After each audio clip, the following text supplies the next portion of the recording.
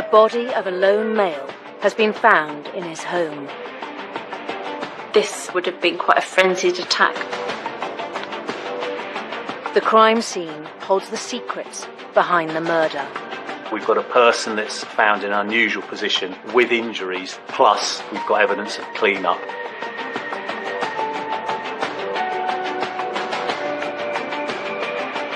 Who might have attacked this vulnerable male? Is it someone that he knows, or is it a completely unknown attack? This is a very thought out and considered cover-up.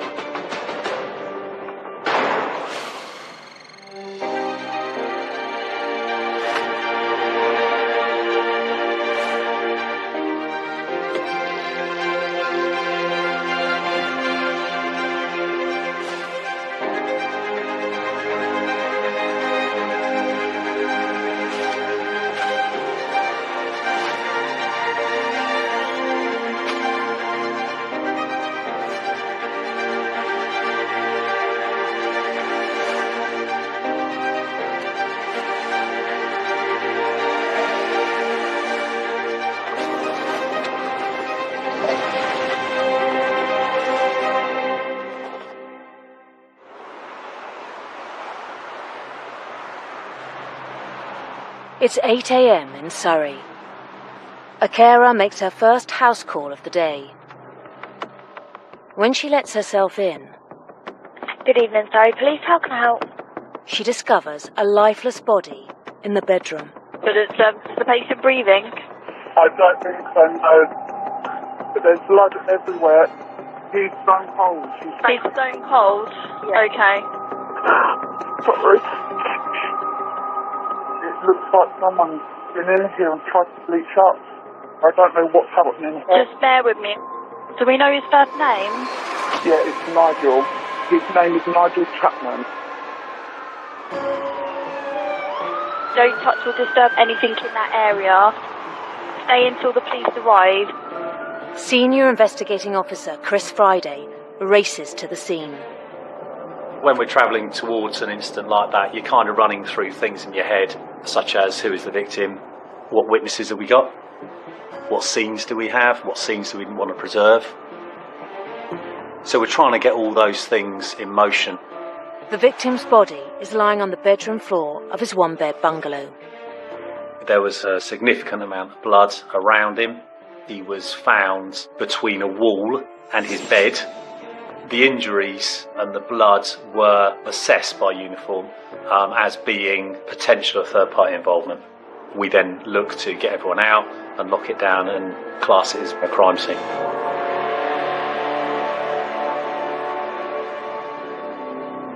His bungalow and the entire street now cordoned off. The victim is formally identified as 62-year-old Nigel Chapman, a vulnerable man who lived alone. This was an attack on someone who was a little bit more helpless than someone who wasn't in need of that full-time care. So that was the main drive behind wanting to ensure that we got to find out who was responsible for this. The forensic officers move in, looking for any traces of the killer at the crime scene. Quite quickly, it would be ascertained by the CSI's attending that this is a suspicious death. Over her 30-year career, Sarah Thurkel has been a crime scene investigative lead on hundreds of murder cases. The forensic team move in and are hit by a distinctive smell throughout the bungalow. When the CSIs first entered the property, there was an overwhelming smell of bleach. This would immediately send alarm bells that someone's cleaned up the scene. We've got a person that's found in an unusual position with injuries, plus we've got evidence of some clean-up. Someone doesn't want us to find the evidence. And that all goes to build this picture that we have a murder scene.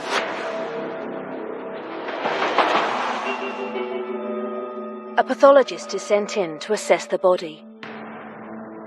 It looks as though Mr. Chapman's been attacked on the bed because there's a lot of blood on the mattress itself and there is blood spatter on the wall next to the bed. He has extensive stab wounds to his chest area. His shirt's missing, but he's still wearing his trousers. This in my opinion, would have been quite a frenzied attack on the victim. He appears to have defence injuries on his arms and hands, which would mean that he's put up quite a fight to try and prevent being attacked. The defence wounds further confirm police suspicions. They are now hunting a murderer. While forensic harvesting continues, DCI Friday and his detectives need to learn more about the victim. What we want to do is get an understanding of who this person was, called victimology. Who is Nigel? Did he have any enemies? What were his hobbies? What were his interests? Local journalist Eleanor Fleming is covering the case. He was quite a vulnerable man. He was subject to a care package, so he would have carers visiting his home multiple times a day. The resident that we spoke to, they just described him as really friendly, a lovely man, said he was completely harmless. When vulnerable people are heavily dependent on others, they may have this heightened sense of trust, and they may adjust their behaviours accordingly. For example, leaving the house door unlocked to let others come in. Vulnerable adults can be seen as an easy target. Given the violent nature of this attack, it does make it all the more shocking because you just think that he wouldn't really be able to defend himself. Who might have attacked this vulnerable male? Is it someone that he knows, or is it a completely unknown attack?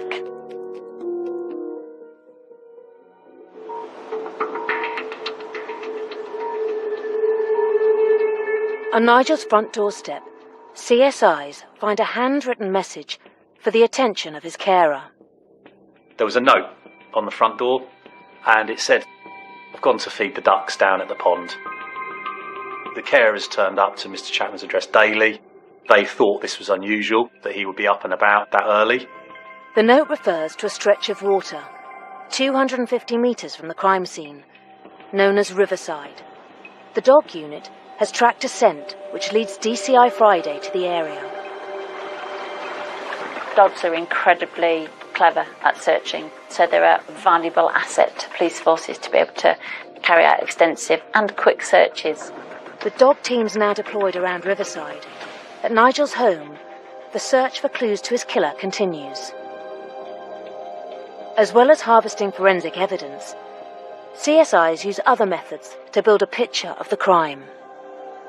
In a crime scene, we would also look for potentially missing items. Is Mr. Chapman's keys there? Is his mobile phone there? Is his wallet there? Sometimes the lack of something being there can actually provide more information about what might or might not have happened. Following a thorough, meticulous search by the CSIs, there was no door keys. They've not been found in the scenes. They've obviously been removed from that location. We look at what the state of the property is. So are there any signs of a break-in? And on this occasion, there wasn't. So if there's no forced entry and no forced windows or doors, either someone had a key or someone's been let into that property and then subsequently attacked Mr. Chapman. So that would indicate to us that any person that was responsible for this was known to the victim. He allowed them into his property. Less than half a mile away, at Riverside, sniffer dogs have located something near the water. And just a little bit further down this river, on the embankment, was discovered a bin bag. And the dog handler just peered in there. There was clothing, all which appeared to be bloodstained. This then becomes a very vital piece of evidence. This is an item that would be submitted to the lab as soon as possible for urgent DNA profiles to be obtained on the blood. The shirt is swabbed and the results cross-matched with Nigel's blood. The DNA profile on this came back as Nigel Chapman. The evidence found at Riverside gives police a second crime scene. CSIs lock it down and roll out an exhaustive search of the entire area. This bag of clothing was on a riverbank, but that doesn't mean to say there wasn't anything within the river itself. So a decision is made to extend the search not only to the riverbank area, but actually to search the river as well, which is when we need to call the experts in. our entry point for today is going to be this bridge here where the police tape is. Flow's coming towards us and we're going to be heading in that direction. The longer evidence is left in the water, there's the less chance of actually recovering any DNA or fingerprints from that item. Peter Faulding manages the specialist forensic team in charge of searching the river. While the divers prepare, investigators begin plotting all possible routes between the two crime scenes, Nigel's home and Riverside, in the hope that CCTV may have captured the suspect. So then that directs inquiries around the likely route you would take to go down to the river. You can see there's 2 cameras there which afford a view along this alleyway. So that's obviously a fast-track inquiry that we need to do. The CCTV is key evidence in an investigation. It can tell us an awful lot about what's taken place before, what's taken place during or after. Investigating officer Sam Wallace is assigned to the CCTV harvesting. There can be many challenges when viewing CCTV. For example, if it's at night time, it can make the image hard to sometimes visualise. The CCTV analysts begin to comb through the footage and discover a grainy image of a person in the early hours of the morning. Seeing this was a huge milestone as it put someone at the scene at a key time. The importance there was then to identify who this was. That puts someone quite high up on my radar and potentially could be suspected of committing this offence.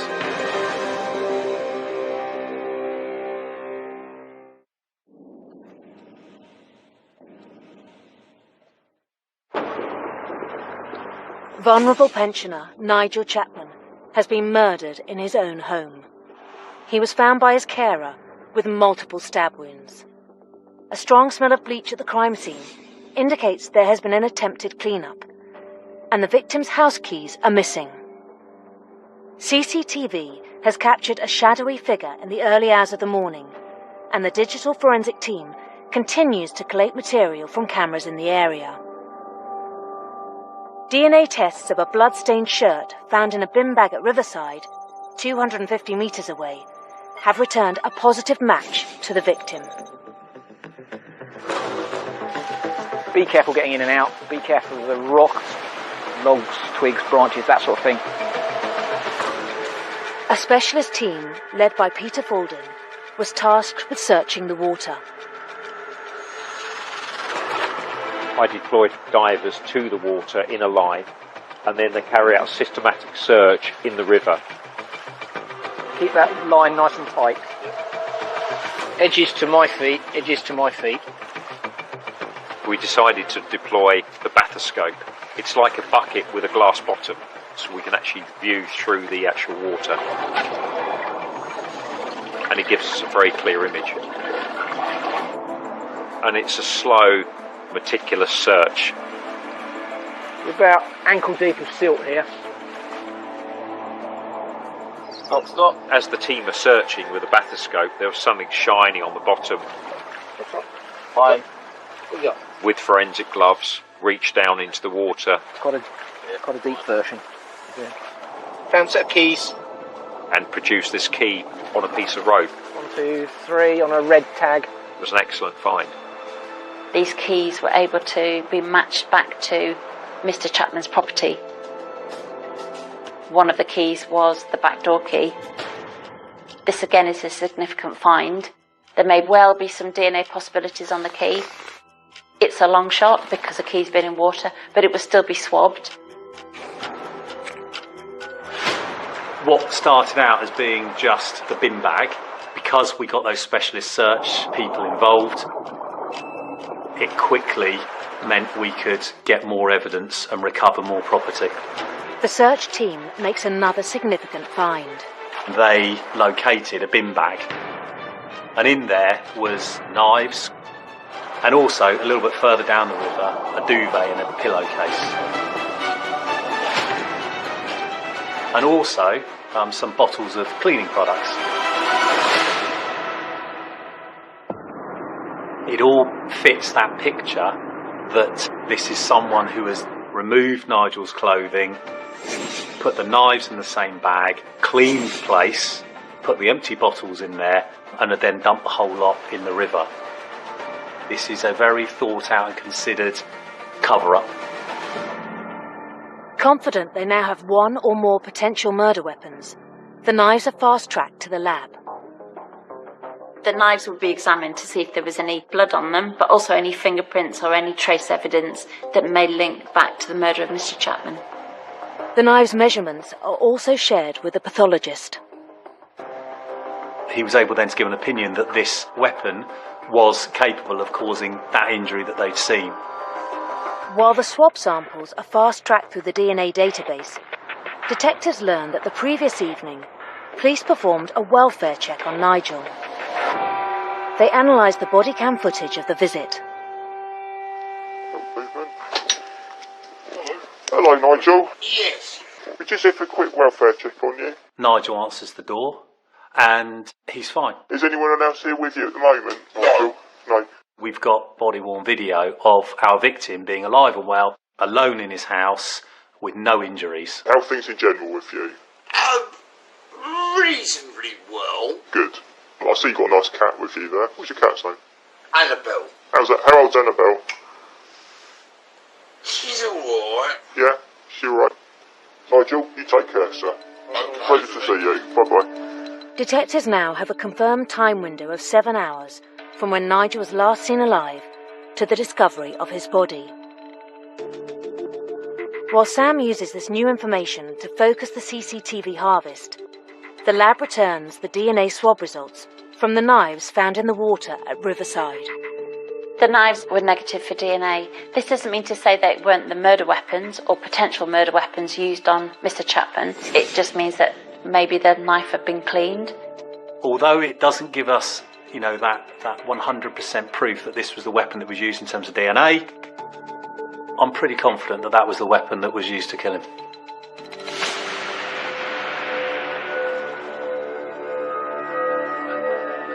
Door-to-door inquiries have turned up more CCTV footage handed over by members of the public. There was one camera that pointed in the direction of Nigel Chapman's front gate and front garden, and that meant that we could see who had been to the property and who had left that property at 1:57 a.m. You can see someone arriving. We then have a period of a few hours where there are no comings and goings from the address. But then at 4:36 a.m, after nearly 3 hours, the figure reappears in Nigel's front garden. We then subsequently see this person carrying bin bags, or what are believed to be bin bags, certainly laden bags. This was a key moment in the investigation. Then we see this person make several trips to and from the address. And on those occasions, they held onto different bags. They were away for a couple of minutes. They returned. At 6:09 a.m, after making several trips to and from Nigel's home, the masked figure exits for the final time. And on the last journey, they're seen to be carrying a number of bags. As this person lifts the bags, what we can see there is a white piece of paper. And that piece of paper is the one that says, "Gone to the river to feed the ducks."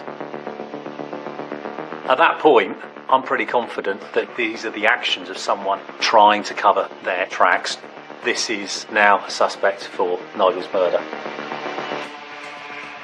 Investigators continue to chart the suspect's movements across a network of CCTV in a bid to get a clear identification. We then tracked them going down an alleyway that led to Riverside. There was another person whose house had very good CCTV, and that overlooked a little car park and a bit of wasteland that went towards the river. You could clearly see that it was the same person if they're holding the same bags as seen when leaving Nigel Chapman's, and they made their way towards the river. The figure that we see in the CCTV seems very calm and controlled. We can't see any element of panic. It's actually indicative of a low or reduced emotional response. This is someone who essentially doesn't have any care in the world. As the sun rises, the footage becomes clearer. Eventually, we see this person leave the river for the final time, carrying these sort of supermarket bags for life. They turn left, and that is generally the route that you would take towards the main Hawley town. This person went to a local newspaper shop in Hawley town, where they were seen buying a bottle of spirits. Having tracked the suspect's movements across dozens of cameras, the team finally has its clearest image yet. We worked with those who knew Nigel, and they were able to provide us with a name. The suspect is identified as a woman named Jennifer Lloyd. Over 90% of killers in the UK are male. It's incredibly rare for a woman to commit such a serious and brutal crime. And so it comes as a big surprise that the prime suspect in Nigel's murder is a female. The detectives learned that the 55-year-old was well known to the victim. Jennifer was an acquaintance friend to Nigel Chapman, and she was someone that visited his property frequently. The nature of their relationship is unclear, but neighbours report that they spent a lot of time together. Checks on the police national computer reveal that the suspect has 21 previous convictions and that she has a history of violence. We know from the carers that on one occasion they came in and Nigel was led on his back and she was on top of him and they, had to sort of pull him off. So we know she had a tendency to be violent towards people.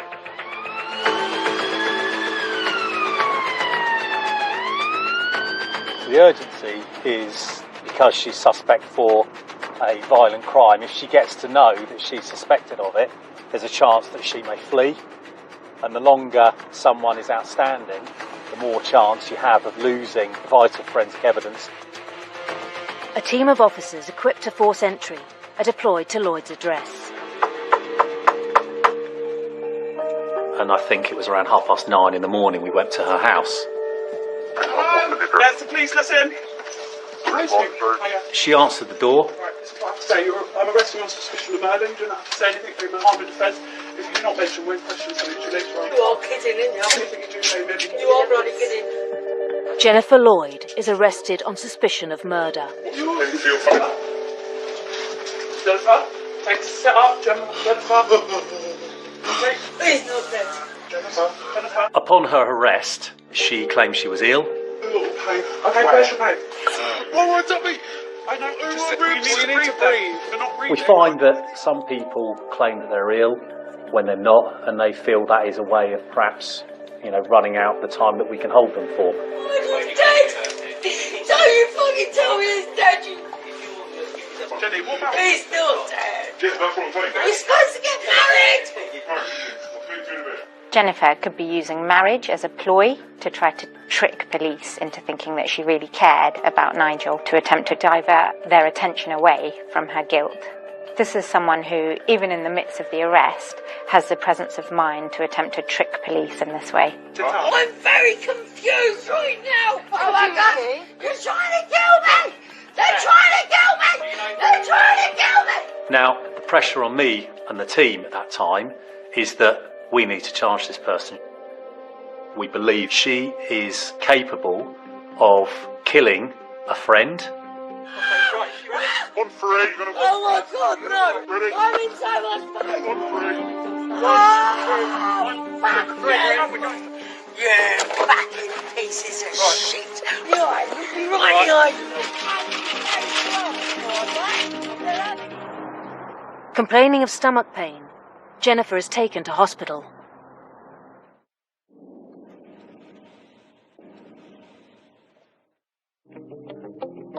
In Surrey, officers have arrested Jennifer Lloyd on suspicion of murdering her friend, 62-year-old vulnerable male Nigel Chapman. During her arrest, she claimed to be ill and has been taken to hospital. Police checks reveal Jennifer has multiple criminal convictions, and detectives believe that after she stabbed Nigel in his home, she bleached the property before disposing of cleaning products and knives in a nearby river. CCTV analysts tracked Jennifer as she made multiple trips to and from the crime scene, eventually leaving with 2 large shopping bags. At the point of arrest, we have 24 hours to deal with that person. And while you're at hospital, that clock stops. That sometimes works in our benefit because that gives us extra time to do the stuff we need to do. Following her arrest, Lloyd's home is declared a crime scene. The CSIs move in to find evidence that links her to Nigel's murder. So when a suspect is arrested, we have to start all over again. There's a further crime scene, there's further other potentially linked scenes. When the suspect's property is searched, there are some bags that are found in the kitchen area. We were able to say that they were the same bags because of the logos on the side, the ones that she was seen leaving the address. Some of these bags had some small spots and areas of contact blood staining on them. This may well be our victim's blood. So these blood samples have actually been fast-tracked to the lab to try and ascertain whose blood is on these items. There's some knives within the property, an open knife pack with 2 knives missing, and a knife block again with further knives missing. From a forensic perspective, all of these items need to be photographed and seized. All these knives need to be checked to see if they match any of the stab wounds on the victim or match any of the other knives that have been found in the black bin bag at the Riverside area. We do know that knives of a similar description were used, or likely to have been used, in this murder. If we could forensically link that knife, that would show that she went there armed with a knife, which would then go to show an intent. Police issue a press release appealing for any information related to the murder. For the local residents and neighbours, knowledge that there is a criminal that has committed this is extremely scary for them. So you would hope that they would want to do everything to find the person responsible. A witness did come forward who had received messages from Jennifer Lloyd at the key times in the investigation. One of the messages said, "Call ASAP, I'm go down for murder." This information will be cross-checked with anything retrieved from Jennifer Lloyd's phone. The date is the 10th of November 2020. Can I just ask you to give us your full name, please? It's Jennifer Lloyd. Okay. Now discharged from hospital, police have 24 hours to build enough evidence to charge Jennifer. Is there anything at this stage that you want to tell us about? Anything you know about Nigel's death? No. The first interview will be more about her giving her account to us. So we wouldn't challenge her, we wouldn't put any evidence to her as such.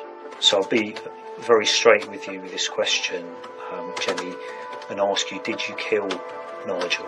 No. Jennifer gave an account that she was friends with Nigel and she had been at the house the day before and what have you, but she claims she wasn't there at the time that Nigel was killed. He said he was just watching Strictly.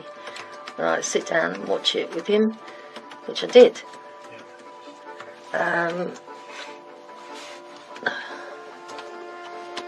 Well, I can't remember. I mean, after Strictly, I think I did a little bit of cleaning for him, and then I went back home and I was arrested. So. While Jennifer continues to deny any involvement with Nigel's death, the already strong case against her is building. The forensics lab now has the results of the DNA testing on the bags found in her kitchen. A huge breakthrough comes when the DNA that's found on the bags in the suspect's property comes back. as Nigel's blood. This then ramps up the whole inquiry because the victim's blood has been found in the suspect's house. Up until the point where the police attended and you were arrested, did you change your clothing at any point during that time? I can't remember, I don't think so. In addition to the DNA match now firmly tying Jennifer to the crime, the digital forensic findings are in from her mobile phone. Jennifer Lloyd's phone was downloaded and reviewed, and the review of that phone found key messages that had been sent by Jennifer Lloyd.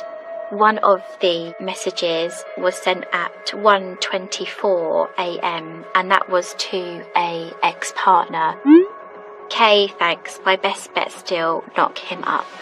This text message would suggest maybe an assault of some sort. Throughout the early hours, Jennifer sent several further incriminating messages to friends.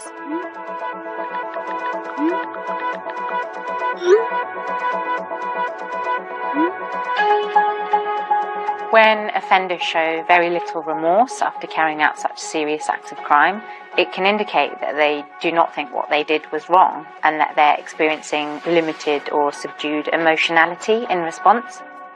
The next key bit of evidence that was discovered on Jennifer Lloyd's phone was a photograph. This photo was very distressing and very hard to look at. It's of Mr. Chapman lying on the bed with obvious blood staining around his head and facial area.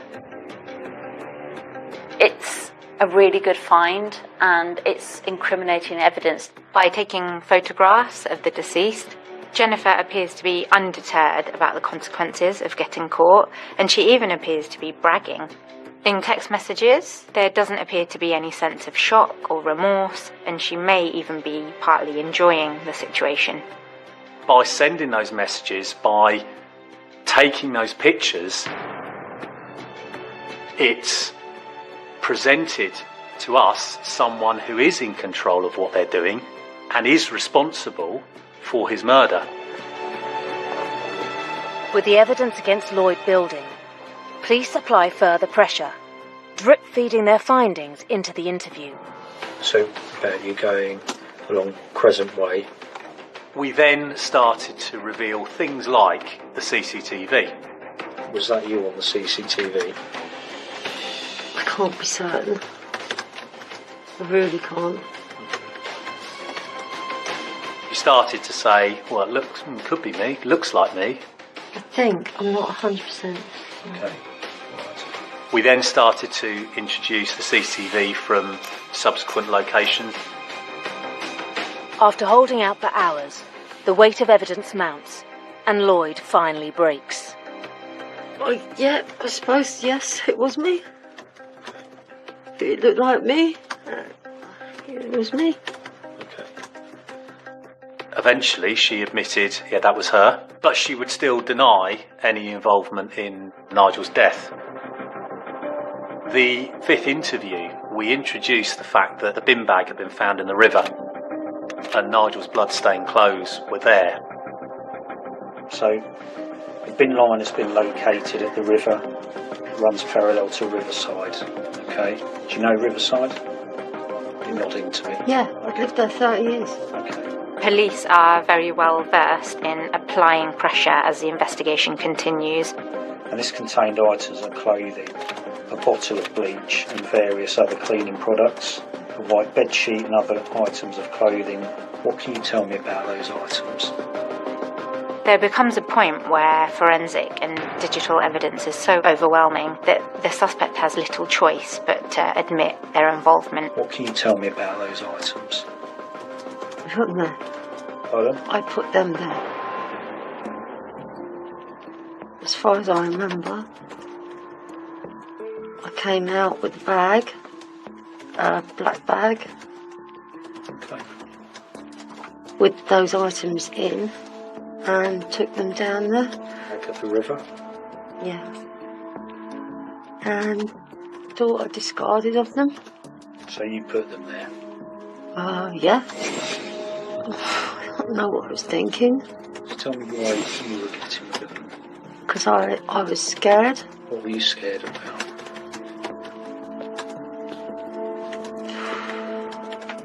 Just being scared. What had you done, Jenny? I'd stabbed Nigel. She admitted her actions, but claimed this was all in self-defence. Nigel asked me if I'd have sex with him. That we'd been together for a long time. I said, we're just friends. And I started getting scared. And I went to the kitchen and I got a knife. I grabbed the knives that I could see in the drawer. And he, tried to, come towards me, and I pushed him towards the bedroom area, and that's when I think I struck him one time with the knife. And then I got scared after that, so I carried on, and I blindly started stabbing him. Jennifer doesn't justify her actions with self-defence until she's aware that the evidence is stacked against her. This indicates that she has the potential to be highly manipulative. Finally, the police have a confession. They must now determine whether Jennifer Lloyd was acting in self-defence or not.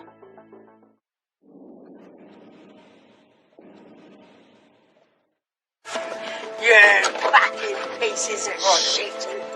Ready, up again. Police have arrested Jennifer Lloyd on suspicion of the murder of her friend, 62-year-old Nigel Chapman. In her kitchen, CSIs have recovered bags with Nigel's blood on them, as well as a packet of knives with 2 missing. Texts and a photo of Nigel's lifeless body have also been downloaded from Lloyd's phone. Having denied any knowledge of his death for hours, Jennifer Lloyd finally admits to stabbing Nigel multiple times. Nigel asked me if I'd have sex with him, and he tried to come towards me, and I pushed him towards the bedroom area, and that's when I think I struck him one time with the knife. Now detectives need to determine if Lloyd was acting in self-defence. But it was as if he wasn't going to cease doing what he was doing, which is coming towards me. So I think I blindly carried on, and I just saw red, and that was it. Essentially, she's claiming self-defence, but the scene and the makeup and the position of everything says that's not the case. Since Jennifer's arrest, she has been shown to be lying on multiple occasions, and so it wouldn't be unreasonable to assume that she may be lying again. Where were you when you first had physical contact with Nigel, with the knives? With the knives over by his bed. Over by his bed? Yeah. Okay. Tell me where you got the knives from. From the kitchen drawer. From the kitchen drawer. Okay. So how far away from the bed is the kitchen drawer? Not very far, just around the corner. The evidence that Nigel spontaneously attacked Jennifer is thin. If Nigel attacked her in the bedroom, then how did she get to the kitchen to get the knives to go back and attack him? There were options for her to escape. The story doesn't add up. It wasn't as if this attack took place by the front door and he was blocking her escape. The amount of injuries that Nigel had, the fact he had defence wounds, say that she was attacking him and he had his hands up. I went into the kitchen, got some bleach, and started doing some more cleaning up. Jennifer comes across as very controlling, very deceitful, and lying, and everything is everyone else's fault and she's done nothing wrong. What did you do next? Went to the kitchen, got a pair of scissors. I was cutting his clothes off. And what did you do with the clothes? Put them wrapped up in the bag, in the bedsheet. Her claims of self-defence are weakened by a number of factors. that she carried out a thorough clean of the crime scene and that she didn't disclose or report the sexual assault earlier. Even when faced with, the overwhelming evidence as there was in this, the photographs, the mobile phone communication, everything, she then says self-defence.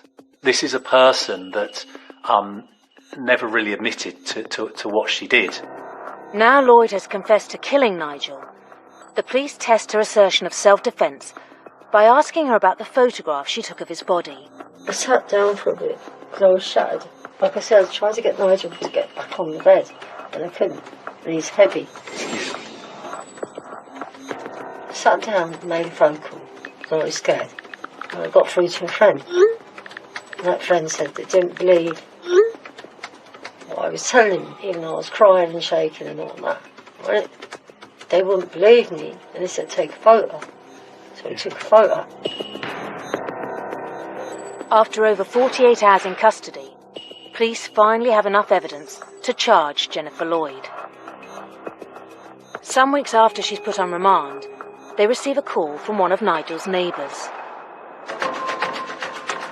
A neighbour has come forward who's found a knife in their garden, a red-handled knife. Interestingly, when the suspect's house was searched, there was a packet of knives, which appeared to be 4 knives with 2 knives missing. All of these knives appear to have had red handles. There was no forensic evidence on this knife, but the knife that was found in the neighbour's garden could actually help to prove the intent that she brought knives to the scene. When acts of violence appear to be more premeditated, there's more time to think things through, to talk yourself down, to consider the self-control, the morality about whether the act of crime is right or wrong. If, after considering all of this, the act of crime is still carried out, it demonstrates a distinct coldness and callousness.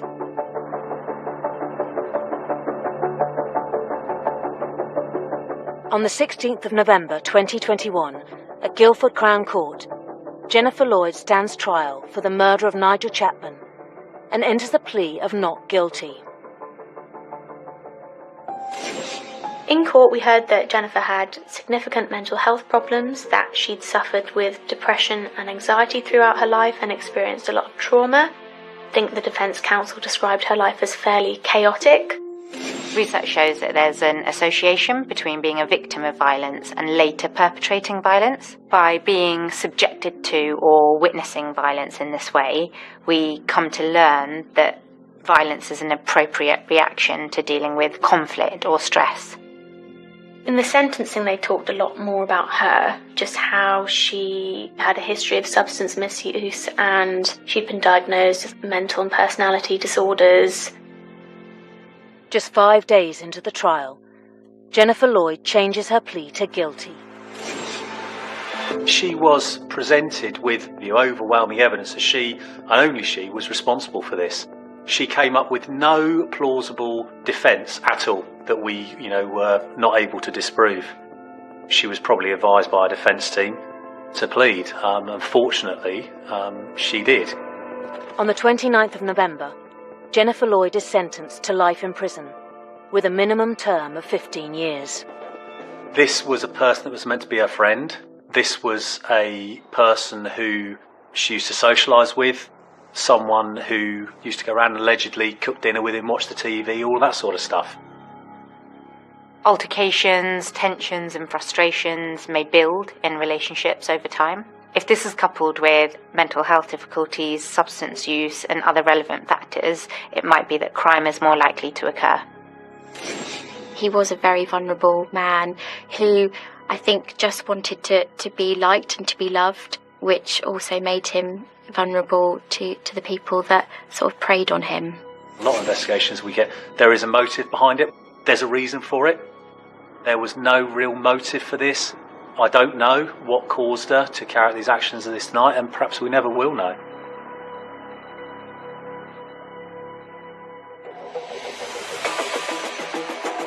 We're investigating another killer at the crime scene, brand new next Thursday at 9 on 5 Star. And there's more true crime coming up tonight. We examine the shocking case of Rachel O'Reilly in The Lie, Murder in Suburbia, next.